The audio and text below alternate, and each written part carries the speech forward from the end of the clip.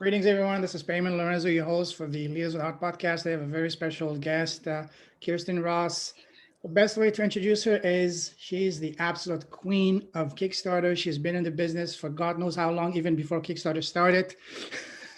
No, 5 years. Yeah, you okay? Now six almost. We'll talk about that. But that call is not about Kickstarter. Well, we may talk about it, but it's more about, getting to know about her, talking about her, who is she, and about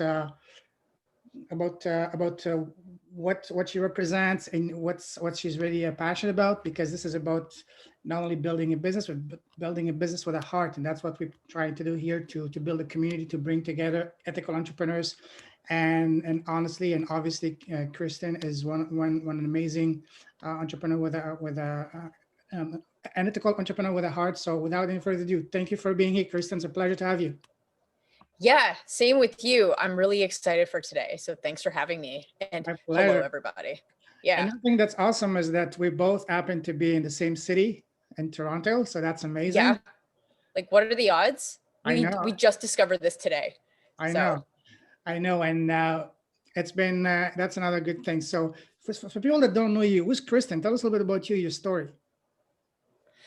Man, I mean, how far back do you want me to go? Up to you. I'll keep it short, and because I could talk forever about myself. Oh, I know.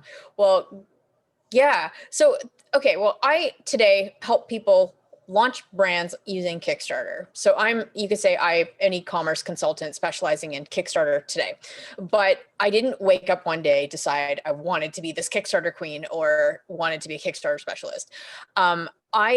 I think I got into entrepreneurship in university by accident when I was 17. I worked every job imaginable, and I was just one of those quick starters and just got bored really easily. So it was my second year of university when this guy came, did an announcement to my class for a summer internship that taught you how to run your own business. And of course, the thing sounded like a big scam, but it wasn't. It was the best thing I ever did. And that thing was running a student house painting business. And so I had a mentor that they gave me, and I learned really how to create my own business overnight, where the model was a franchise model where I got to paint houses. I thankfully didn't do the painting, but it was my role to knock on doors, find clients, find houses to paint, and then hire the staff and supervise the painting. So I was full on contractor, and I did this. I ran that franchise for about 3 years, and I ended up after university graduating and coming on board as a startup, like a general manager, so to speak. So now my role was to take people with no experience running a business and teach them and mentor them for how to go from 0 to 6 figures in about 6 months painting houses. So that's how I got into consulting. That's how I really learned a system on how to teach people how to start a business, right? And after about 7 years, I knew I didn't want to continue with that company because I wanted more. So I ended up traveling the world for a bit to find myself. And eventually I stumbled on, I'm good at consulting. And I just wanted to work with startups and help them get more sales. And it took me about 2 years of working with different businesses, from apps to freelancers to whatever, to really to accidentally start working with someone on at the time, an Indiegogo campaign. And I knew nothing about crowdfunding at the time, but we partnered up because at that point I knew a little bit about digital marketing, and he was a product creator. So we partnered up, launched our first campaign, made every mistake in the book. And that first campaign I ever did was 6 years ago, and it failed horribly in front of all our friends and family.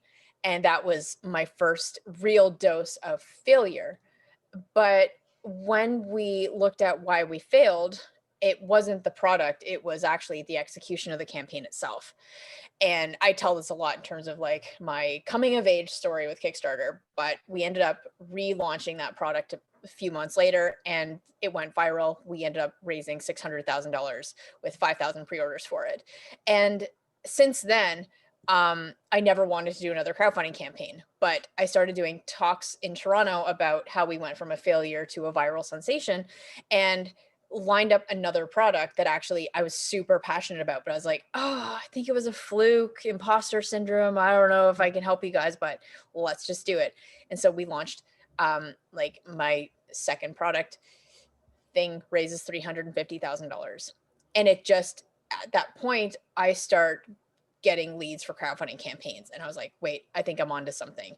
And when I finally decided to commit and niche down to Kickstarter launches, that's when things really started to work for me. So and then fast track to today, that's what I'm doing. That's, you know, to this date, we've raised over 45, we've launched over 45 products. A really great track record. We've created several 7-figure brands off of our launches. And never looked back. So what I'm doing today was a complete accident that fell into my lap, and I just ran with the opportunity. So That's beautiful. I was actually listening yeah. to one of your videos that you did about 4 years ago, but was Khierstyn, and Oh yeah.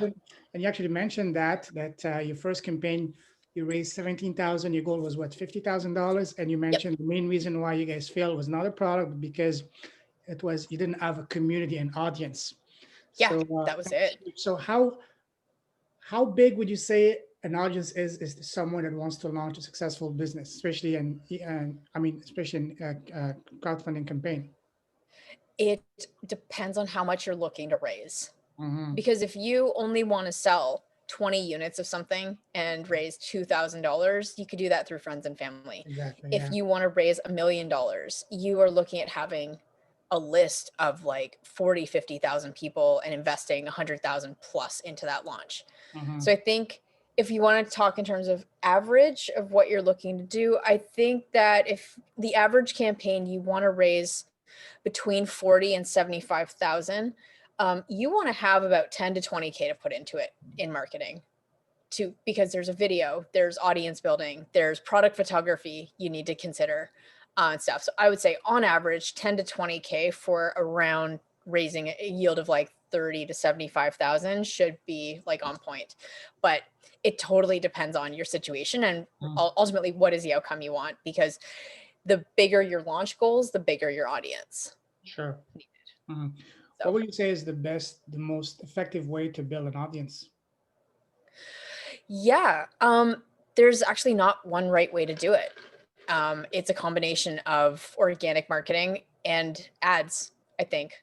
But you're going to get the best leads through organic, which is like friends and family, direct outreach to influencers as well. But ultimately, when you have a product that looks to serve a certain demographic or a certain person and it makes their life better, the best kind of marketing will always be word of mouth. Mhm. But in the beginning stages, when you're about to launch a product, you don't have the luxury of a massive marketing budget or everyone knowing about you. So, the best kind of marketing will be referrals and word of mouth. But in the beginning, you need to look at what is the best way to get in front of the audience that you're looking to sell your product to. And that will come down to trying different things. I guess it also Yeah. depends on the product, on the niche, on the industry, because different Yeah, demography respond better to different approaches. So there's a lot of things, exactly. factors. Okay. What is your Yeah. overall impression of crowdfunding? How do you see it? Do you see it still in its infancy? Do you see it as somewhere in the middle, or do you see it completely saturated by now? I think it's definitely not saturated. Mhm. Like anything, it's evolving. Like, I don't think crowdfunding is in its infancy anymore. Like, when it first started in 2007, 2008, it was like the Wild West. Like, you can literally, and this happened, you could put up this idea to make the world's best potato salad recipe and raise $85,000. Yes, I saw Like, that. It's back crazy. then you could do stuff like that. You can literally shoot a video with your iPhone and say, hey guys, I want to make this crazy thing, but I need 200K. Can you back me? And people would back you because they like your idea. It is so much more evolved at this point. And I was on a sales call earlier today and the woman was like, it's almost what's the word? It's intimidating looking at campaigns now because it's a full scale production for Oh yeah. launches. And I think that the way that Kickstarter is being used is completely evolving. I think that we're seeing a lot more brands come onto Kickstarter. We're seeing a lot more because it's a great great audience source. We're also seeing people come in after doing a soft launch, come in and use Kickstarter as a marketing platform to go public with things. I feel that it is evolving though, because for the longest time, Kickstarter did not, and probably I think still does not want to be seen as an e-commerce platform, but everyone's using it as an e-commerce platform. So it's going to be really interesting to see how they pivot or how they close off certain products to stay with their original goal of being a B Corp, right? It's going to be really interesting to see how it's going. The platforms now are shifting their focus. Like Indiegogo is focusing hard on tech, and they're really looking at getting more of a tech early adopter audience, whereas Kickstarter is trying to stick back to its roots of creators, of board games, design products, stuff like that. So I think like it's just gonna be really interesting to see how the platforms evolve based on the demands of more and more people coming online and launching products. Because while Kickstarter doesn't want to be an e-commerce platform, it is what people want. That's exactly what people want to use it for. So how do you see it So going forward in 2021 and beyond? Do you see it as continuously improving and growing? And of course, just like I'm very involved in Amazon FBA because I said I live in China. We launched a brand, and the brand was I was the guy on the ground doing all the sourcing with the factory 2-3 times a week because I was living yeah, just nearby. So we've yeah, seen Amazon businesses becoming more and more mature, more established businesses getting into it. So would you say the same trend with crowdfunding, that more and more initially it was more for creators to launch a product, basically to kickstart a product, but now you're seeing more and more established brands which after launching the first product they want to launch, hey, crowdfunding keep is going, great, right? let's launch more and more on that. So do you see that Yeah. more going toward that more mature business, even established brands coming more and more towards crowdfunding, or is it still a place for small entrepreneurs? And so how do you see it evolving from now into the future? Basically, that's my question. I think that I mean there's two parts of that. Mm-hmm. I think that when you get into paid ads, the person who wins is the person who could spend the most money. Sure. And so when it comes to Kickstarter and Indiegogo, the brands or the people that have the most money to pump into a marketing campaign are going to get the most visibility. And I think that if we keep trending on that trajectory without the platform stepping in, it is going to help hurt the amount of visibility smaller guys can get. So I think that if they haven't already looked to get that, I think Indiegogo needs to, or even Kickstarter has to look at campaigns in terms of not dollars raised for success, but being able to showcase smaller brands that not look at because their algorithm determines popular campaigns based on sales and based on overall activity. So I just don't want to see the big brands getting all the attention, and I would like to see the platforms take an active role in helping actually showcase the underdogs, like the smaller guys, so that it's not big brand, big budget. Oh, they've ruined crowdfunding, right? I think that's a serious concern because that's just how marketing online goes, right? The big players on Facebook, Google, etc. Like the ones who can outspend, they do outspend. I think that Kickstarter is starting to do a really great job of this, where if you go to some of their trending pages or some of the projects we love, like they're showcasing projects that have a really good eco footprint, or they just have a bit more like brands with a heart, so to speak. Like they judge success based on other metrics besides only numbers, but based on what the campaign is looking to achieve itself. But yeah, that's one thing I'd like to see, because I think that's definitely a risk for some of the big brands to cannibalize Indiegogo Kickstarter, if that makes sense, while making it difficult for the underdogs. I don't really necessarily think it's a problem right now, but it's definitely trending in that direction. And the other thing we're seeing is one big shock in the crowdfunding space in 2020 is when Amazon moved their Prime Day from July to October. We didn't realize how And look, I don't have any data or proof that Amazon Prime is the reason why crowdfunding seemed a little bit harder this year. But what we're seeing with an influx of people coming online and with Amazon Prime Day happening, like launching October 14th, there was some concern in the crowdfunding space that Amazon Prime took a lot of attention away from crowdfunding projects. Because if you think about it, when you support a crowdfunding campaign, you're buying an item that's not available until after Christmas, right? You're buying something that you get for 4 months. So if Amazon Prime is coming in, plus a lot of other players coming online for ecom, it made Q4 a lot more difficult this year.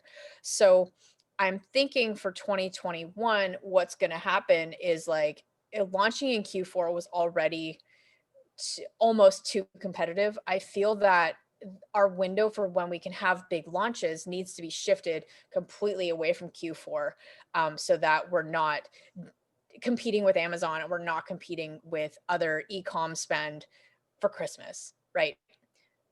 So it's gonna be interesting to see how that shifts this You year. made a good point, is because a lot of people, they only allocate the funds for Christmas, and if they can get the product on time, sure. But if, for example, your campaign is launching, that's what I heard from a lot of experts, is do not launch a campaign just before Christmas, because unless you're absolutely sure, guaranteed 100% that you will be able to deliver on time by Christmas, otherwise you're not going to be able to, just like you mentioned, you're not going to be able to compete with Amazon, especially Prime, getting the product within a couple of days. So yeah.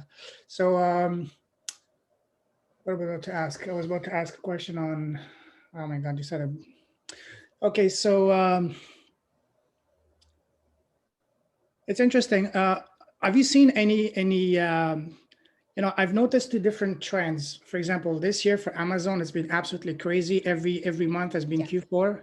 But have you seen something similar for crowdfunding? Or is it because it's economy is not as good? We are in uncertain times. People are less likely to spend money on products that are not available now. Have you seen some kind of slow decline or stagnation in terms of campaigns being funded now versus say a year ago, or that hasn't affected much the crowdfunding? Because I've heard a lot of the people, especially Salvador Brigman on his podcast, saying that right now, actually, while the number of campaigns has reduced, it's also a good time because you have less competition. A lot less people are launching right now.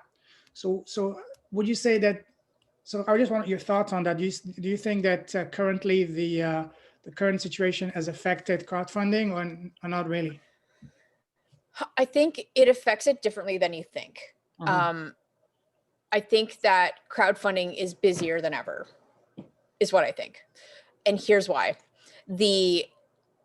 Okay, so first off, it's busier than ever because you have two kinds of founders. At the beginning of this year, when COVID hit, you have those that freaked out and stopped everything and refused to launch, and that's it. And then you have others that were like, we got to pivot, but this is an opportunity, and they just went hard. So I think that less campaigns are launching, which makes it better for everyone else that just kind of takes this as an opportunity and runs with it.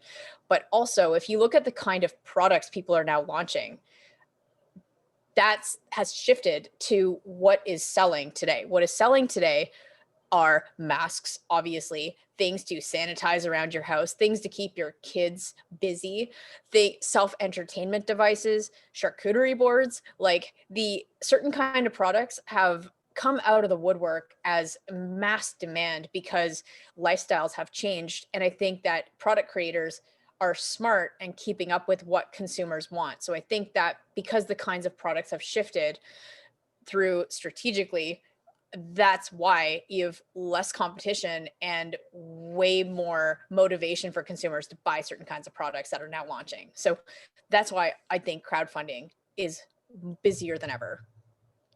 I guess right now is not a good time to launch any travel related products, eh? You'd be surprised because sometimes people buy for in 3 to 4 months when this all blows over, and they finally, like, I found myself, I bought some new summer attire for the day I can finally go to Florida, right? So you'd be surprised with travel stuff You where go to you Mexico, do get, still open. or Mexico, like, because we are totally locked down here in Toronto. Right. But yeah, I just think that test it. I don't know if now is a good time to launch travel products, but like consumers are so fed, depending on where you're at, but like I'm likely to buy travel products for the day that I can finally travel again, Oh right? yeah. So I would say test it. I'm not saying now is a great time to do Mhm. travel, but you've got to test the market to see if there is interest in your travel product. Do you see that in the near future, Kickstarter and Indiegogo going the same way as Amazon, and that they launched and developed their own advertising platform? Amazon, they have their own PPC. Do you see Kickstarter implementing something like that? Instead of driving Facebook ad or Google ads, you can buy ads directly on their own platforms. Is that something that you see happening or not?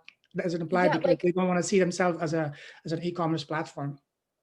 I'm not sure about Kickstarter. They're finally putting this in place, but Mm, you cannot pixel your Kickstarter page, yeah. which makes it so hard to drive ads and optimize them. So based on that decision not to get on the Facebook pixel train for years, I Mhm. don't know if Kickstarter is about that.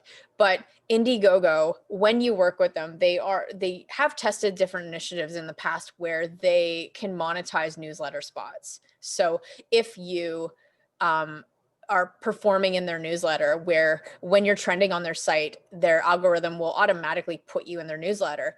And based on click-through rates that they see and based on the amount of sales that come off that newsletter, if you prove to be one of the top performing campaigns in the newsletter, they've approached us in the past to see, hey, we'll put you on top spot for an additional percentage or whatever of sales that are generated from that. So they've definitely played around with different display advertising before. So I think that I have no insight as to if that's something that's on their roadmap for initiatives, but I think that Indiegogo would be the likely contender to do something like that. That's a perfect segue into the next. I want to ask you. So, if someone is looking to launch their own campaign, where should they go? Kickstarter or Indiegogo? I understand Kickstarter is about 3 times bigger, but I've seen some wildly successful campaigns on Indiegogo. I know a few people, a few of my own friends that have done very successful campaigns, like $500,000, $600,000 on Yeah. watches. One of the guy I know was living in Hong Kong. He launched a pair of hiking socks, and they're by far the best pair of socks I've ever had. And I was able to raise a big chunk of money on Indiegogo. So, what is what are your thoughts on that? My thoughts is when you're picking a platform, there's no right or wrong platform. You need to look at what category your product's in terms of, okay, we're selling hiking socks. Okay, that's adventure travel, that's travel, that's if there's some technical aspect to the fabric, you would look and say, all right, well, which platform's the best? Let's go on both platforms and see similar campaigns or similar products. What has the success rate been like on Kickstarter versus Indiegogo? And if you find that Indiegogo has been killing it for merino wool travel stuff, you go to Indiegogo, right? Otherwise, yeah, that's what I think you need to do is just like do a bit of research on the platforms itself and see what is the success rate like. And of campaigns that failed, look at it for real and see why they failed. Is it because the presentation was poor, or is it maybe the demographic of the platform wasn't quite there? Another thing that I heard and I read from numerous sources that Indiegogo, they're much more willing to work with you, much more willing Oh, to help yes. you, to reach out with you, as opposed to Kickstarter. Why would you say Kickstarter are not doing something like that? Because that could be an amazing opportunity for them to really set themselves apart. Mhm. Yeah, it's funny because I think Indiegogo literally does the opposite of what Kickstarter does. So where Mhm. Kickstarter's been known to have terrible support, Yes. Indiegogo's like, we're going to work with you, strategize with you, and just kind of help you on that part. I think that Kickstarter, I don't know why they don't do that, but either it's bandwidth or not enough personnel. But I do know that if you go on LinkedIn and you reach out to someone on Kickstarter about your project, they will help you. They're just not as Really? they Wow. don't get on phone calls with you. They don't check in with you. They don't do campaign page reviews. They don't do any of that stuff. But if they like your product and if you reach out to the right person, they have been known to help a little bit with insights and whatnot. Oh, But interesting. Okay. yeah, Hmm. but I take it with a grain of salt because Indiegogo, I mean, look, Kickstarter's great at what they do, but Indiegogo has designated strategists. So if you, and that's one of the perks of working with an agency or myself, is we have those connections for the right strategist. That's Ah, an expert in your category that they can really help you more granularly than Kickstarter with just a couple of back and forth emails. But so you've been able to get some through your connections to get someone at management level in both platforms to take a look and even maybe boost them by add them on their newsletters and things like that. mhm, yeah, Oh wow. like we work closely with Indiegogo with our projects where we can get a pre-commitment from Indiegogo to promise certain advertising things like getting pushed in the newsletter or across their social media when we hit certain performance benchmarks. When we hit certain sales levels, they put us in newsletter or they circulate us on social media. So yeah. And so that definitely helps because I feel that Indiegogo is better at proactively promoting you to their backer community. I see. So as I said, I'm looking to, even though I didn't mean to turn that into a Kickstarter campaign, but I mean talk, but because it's so fascinating, I want to ask you a question about what I want to do. I will not disclose the product here. I will disclose it to you maybe after. But Cool. Yeah. let's say it's a fashion product made with a sustainable, eco-friendly, vegan type of material, and that is also, as I said, a brand with a heart. That's for each unit sold. I will be giving one unit to someone that needs it for free, Yep. that cannot afford it. Are they? I heard that these kind of if they like not only the product but also the story, they can give you a push. Do you think that would be something that would be more inclined and open to listen to that kind of projects? Or I mean, you're definitely more likely to get into their projects we love category, right? okay, so would you say So it's easy? I wouldn't say easy. Maybe it's not the right word, but maybe well, okay. Let's use the word easier. So we'd say it's easier to get into their that category on Indiegogo or Kickstarter because even though Kickstarter is three times bigger, but if you can get on that list, that's a massive boost that you can get, especially once if you get funded within the first 24 hours, which is the goal for yeah. every founder. So which Mhm. one would you say is better in that regard between the And two platforms? like I can't say Mhm. honestly Of course, it for depends. Yeah. which one would get you because projects we love is a badge. It's not a newsletter feature, Mhm. right? So your ability to get into a newsletter comes down to how well your campaign is performing and that's based on sales, right? So projects we love is a category that helps push you more sales, more traffic from people looking at those categories. But in terms of like a big newsletter blast, you have to earn that through performance. Okay. Yeah. One thing that I've been I was watching your video this morning, and you mentioned, and also something I also read on Launchboom's book, Crowdfunding. They do the reservation funnel. You call it the micro Hmm. commitment, which is $1, which Yeah. I find absolutely genius. Hmm. Of course, it's a no-brainer. I understand that. But one question I have is that they talk about doing a $1 deposit.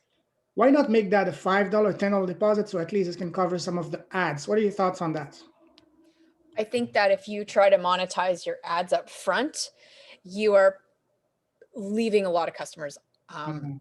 You're losing out on a lot of customers. I think Okay. that yeah, because like if you look at Russell Brunson or any of the big like ad guys, they will say you need to, offer something for free and then upsell a $7 lead magnet and get it to cover your ad cost. Yes. I feel that like $1 is a no-brainer. When you say for $1, you save 30% off this product, which means you get like $40 in savings in exchange for $1.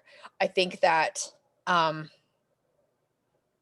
I think that while we personally haven't tested the $5 or $10 commitment, $1 is just easy for consumers. And because it's easy, it also is the low enough barrier to entry for us to gauge whether they're going to buy your product or not.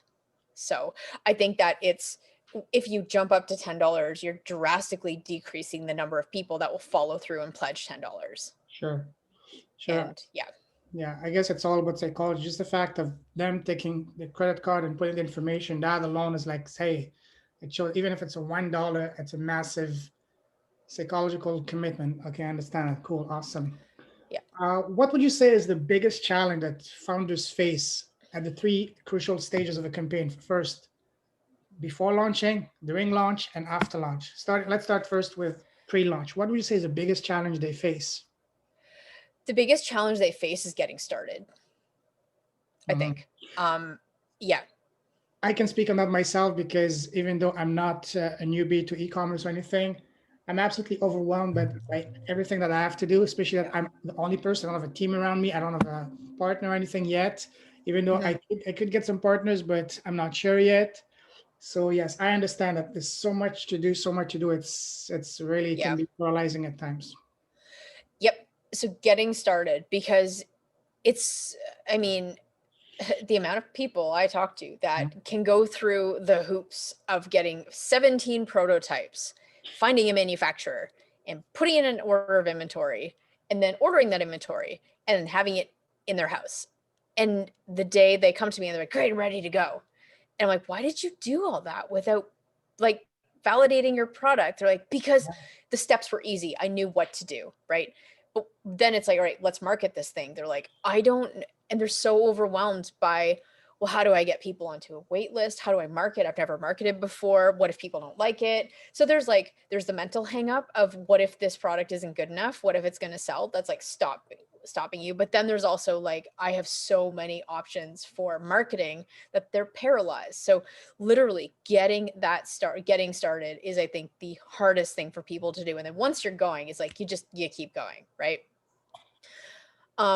When you launch, what is the hardest thing? I think fighting being reactive versus proactive.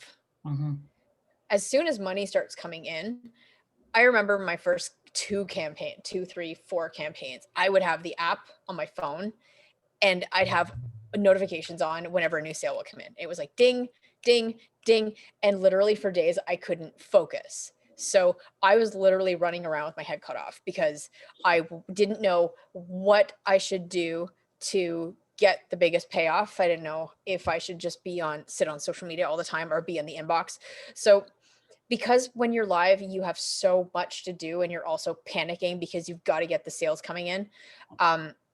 That's a big thing during launch. So what we teach is you want to be as planned out as possible ahead of time. So you want to have like a day one checklist of what you're going to spend your time on. And so that when your brain goes out the window and you're panicked and you're reactive, you just have this checklist of like, all right, got to reach out to 10 press. I need to write an update to my list. I need to contact friends and family that said they would commit and follow up. And like, so having that and just being organized going into it is going to help you know what you've got to focus on versus being reactive and getting nothing done is one thing. So at what point do you think it would be not only beneficial, but also even like a matter of, survival to outsource and delegate tasks and get someone on board? Because again, as I said, it's clear. It's very, I mean, the plan is simple. We know what to do, but actually implementing it, there's so much Mhm. to do that you can be absolutely overwhelmed. So at what point do you think it's the right time to outsource and even bring in some help? I think at the beginning, I feel that you shouldn't do this on your own. It doesn't mean you need to pay someone. Like we have some students that hire interns. As Oh, said, that's someone behind interesting. me. Like Sure. we have students that hire interns that help leverage their weaknesses. So if you hate social media, you bring on someone to help you post on Instagram, right? Um, if so, stuff like that, and just having that help, even if it's only 5 hours a week, is great. Um, so that's what I would do. And then at the very least, if someone's like, I'm just gonna do it all myself, great, you're just gonna do a lot of work. But when your campaign goes live, having someone available to do the minutia of the day, checking the inbox, liking comments on social media, following up with like the super time consuming tasks so that you can focus on what you need to be doing as a business owner, which is outreach to press, driving traffic, making sure pledges are coming in. I love the idea of hiring interns. Where would you go to look for them? There's a couple things. Like there are a few online internships or online intern programs. You can just Google and find something. Second, go to your local university or college. There's a ton of great business students that need experience in exchange for credit. Lovely. I love that. Okay.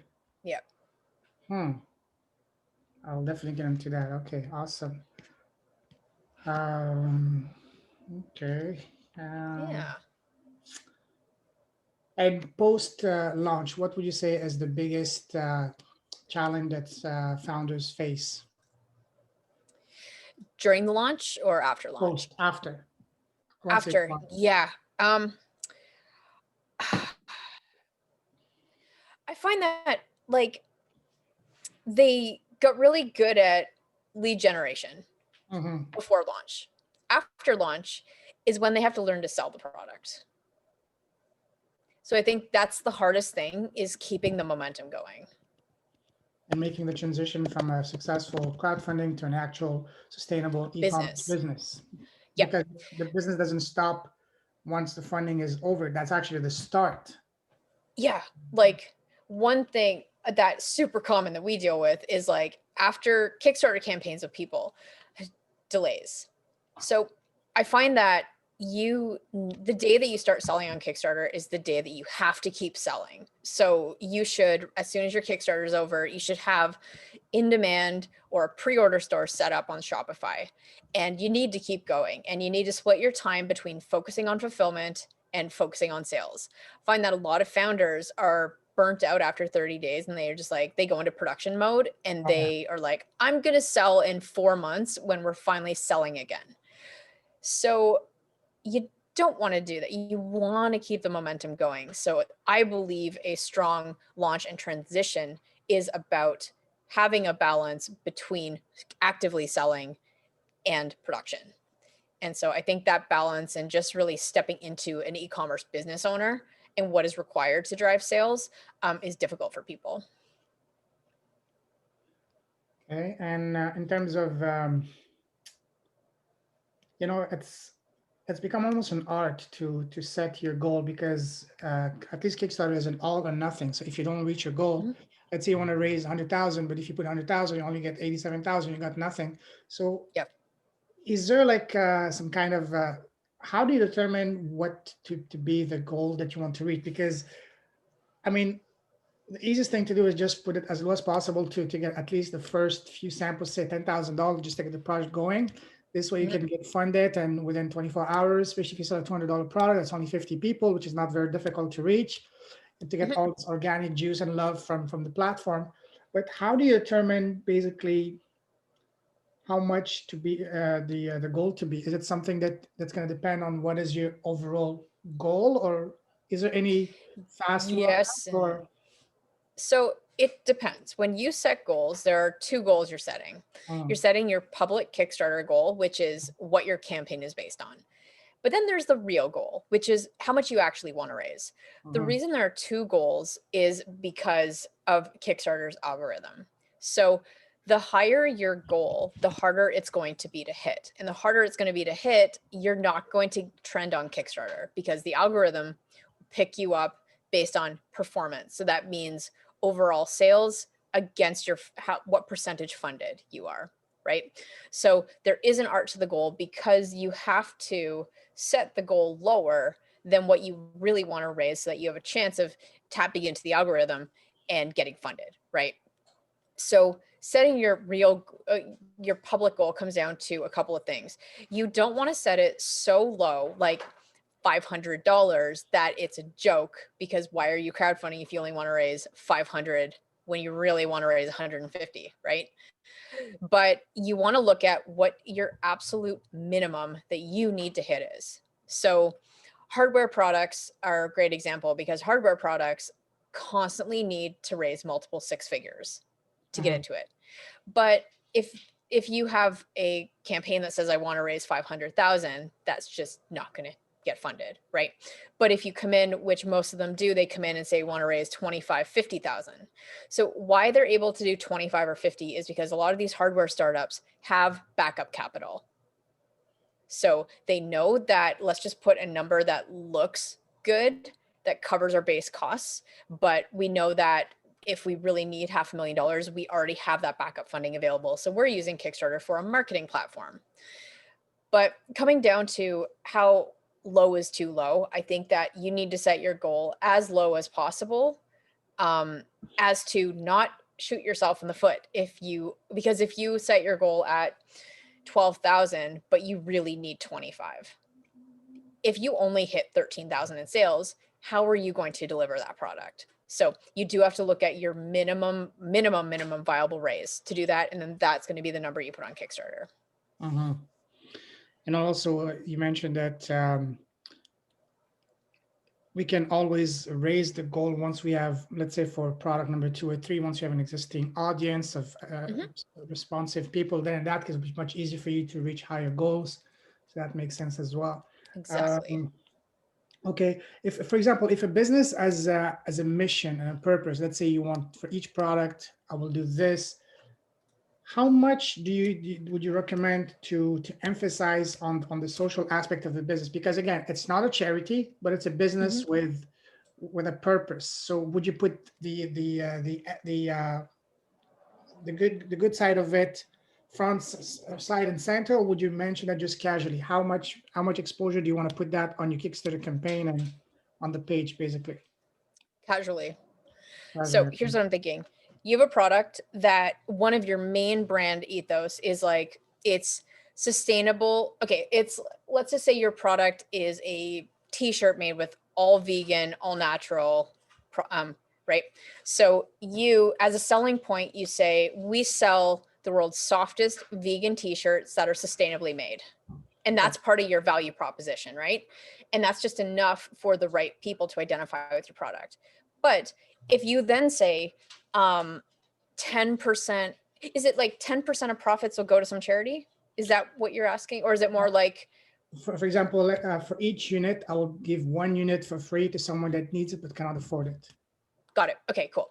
So your main driver is sustainability, but then as one of your features below, because you have certain things, you can say machine washable, you can say made with world's softest sustainable fabric, you can say sourced locally. Those are benefits, right? But then as a benefit, you can say, and we also, it's a buy one, get one model. So for every t-shirt purchased, we donate one. So that's going to be a sub benefit that should be advertised. But the main reason that people are buying your product is not because it's a buy one, get one. It will be because they love, like, technically it's got to do what they want it to do in their life. They love vegan soft t-shirts.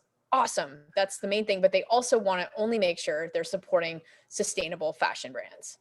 And so the way that, how much emphasis do you give on certain benefits depends on what is most important to the consumer, and then you rank it, right?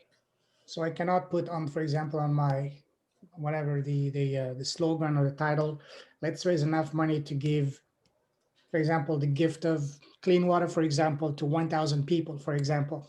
That's something that I should refrain from, right? Well, it depends, because if you're a brand like Charity Water that, or okay, so Pencils of Promise is one I'm more familiar with, where Pencils of Promise, they say, help us build schools, or whatever their thing is, and they're project based. So every 25,000 raised, they build a school, right? Beautiful. That's their business model. What they're selling are donations, right? They're getting that. But it depends. Like, is your main thing you're trying to enable, like, do you want to sell are you like building a fashion brand that is all about the t-shirts and stuff with the benefit of supporting local communities or whatever? Or is it local communities is like your front and foremost, you're a charity and the way that you raise money is by selling t-shirts? Like, No, it's not a charity. It's more like a business with profit, but with a heart. So okay. I found a product that everybody uses, most people uses on a day-to-day basis, but I found a very unique material is very original, very exotic, sustainable, and I want to make a premium version of that. And for each unit Mhm. sold, I can give a unit to someone that needs it. Yeah. So that's the thing. It's gonna and again, yes, it's a business, but it's a Mhm. business that's gonna have an impact. Okay. Awesome. So yeah, with that, I say test it. Mhm. Usually what I've seen is that consumers on Kickstarter will want the we're selfish beings. So I feel that the way to lead a product is going to be through what it enables in someone's life. And as a benefit, it's a Mhm. feel good. The Sure. reason they support your products is because you're enabling good outside of your brand. And they're getting in the process an amazing, cool, awesome product as well. Because at the end Yeah. of the day, if the product is crap, there's no point Mhm. in anything, you know. It's all about the product. Exactly. Mhm. Exactly. So I believe that it's important, but based on your audience, it does depend. Like, I don't think it should be the number one thing. I think it should be number two or Mhm. three. Um, but like anything, test it and see what resonates. Cool, awesome. Yeah.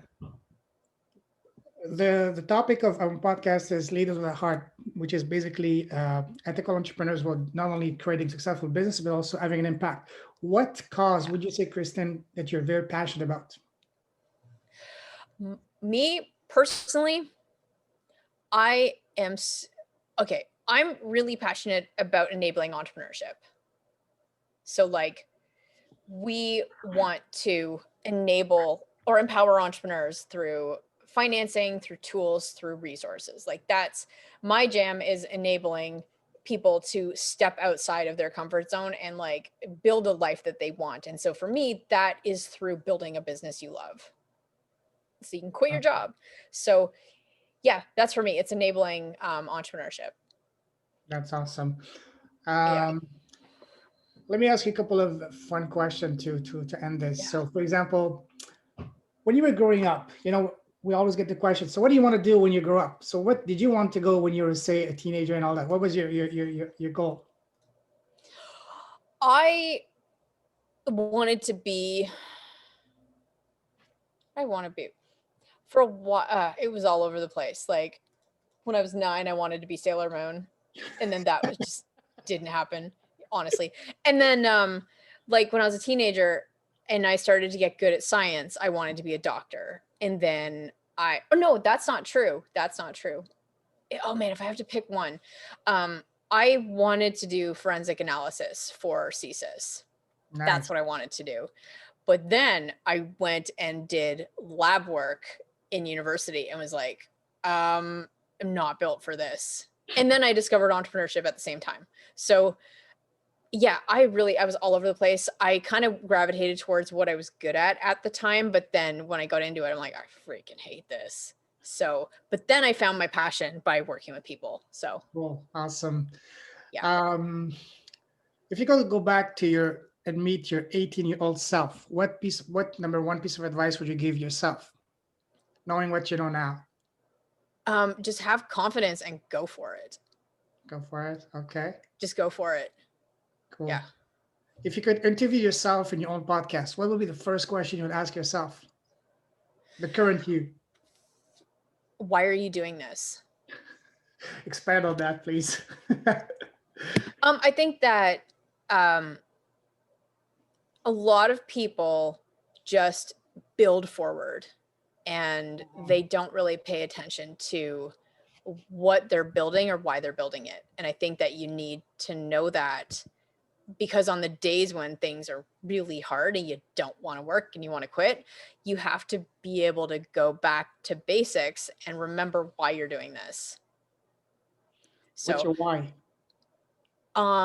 my why is because I can see the direct impact that me coming on this podcast, me putting out courses, me whatever, me launching products has on people. And because I see that impact now, I take what I do a lot more seriously, because getting the right products out to market, like, we specifically work with brands that build products that make people's lives better. So when you look at the problems some of these products are solving, it's like, if I don't help those people, those products may not get to market and help and make people happier or Mhm. solve that problem or whatever. So for me, it's like, I do this because I really freaking like, I get so excited with the right products on sales calls. And I'm like, oh, I could just see the possibility of like what the person wants to build. And I just get so excited about what that thing can be. So for me, I'm a builder. I love seeing potential in something and like going for it. So I think that's what lights me up, are the products we work with and like what they enable in this world. Awesome. Awesome. So And what do you want to be remembered for? my impact, no, these questions are hard. What do I want to be remembered for? I want to be remembered for the companies we build and the changes we make in people's lives. Beautiful. Beautiful. And if someone wants to connect with you or reach out with you, what's the best way to do so? Yeah. There's two ways you can, I mean, Payman, you've been going down the rabbit hole of our content on YouTube. So I think a really good place to start if you are curious about Kickstarter, e-commerce, or even triathlons, because I do Ironmans Yes. because I'm crazy. But YouTube is going to be a good place to start. And if you want to talk about your product, the best thing to do would be to send us an email, which is k@khierstyn.com. I'll spell that because my name is difficult. It's KHIERSTYN.com. Cool. Awesome. Do you have any parting tips for anyone interested in getting into crowdfunding? Do your research. Uh-huh. Do your research, know what you're getting into. Crowdfunding is not free money. You have to invest your time and money to make money with it. And it's also not something, you can't just launch your product on Kickstarter to validate it anymore. You've got to pre-validate it before you Yeah, go with awesome. that. So I mean, there's so much more that we can talk, but yeah. I know you're busy and all that, so we'll do that maybe another time. So thank you very much for your time. It's been absolutely a pleasure talking to you. We'll Yeah, this has been definitely connect awesome. because I have some more questions and maybe see if we can work together on my campaign and whatnot. So we'll see on that. So yeah, thank you for your time. Have a wonderful day and have a wonderful weekend. Thank you very much. Take Yeah, care. you too. Thanks so much. Bye, guys. Bye.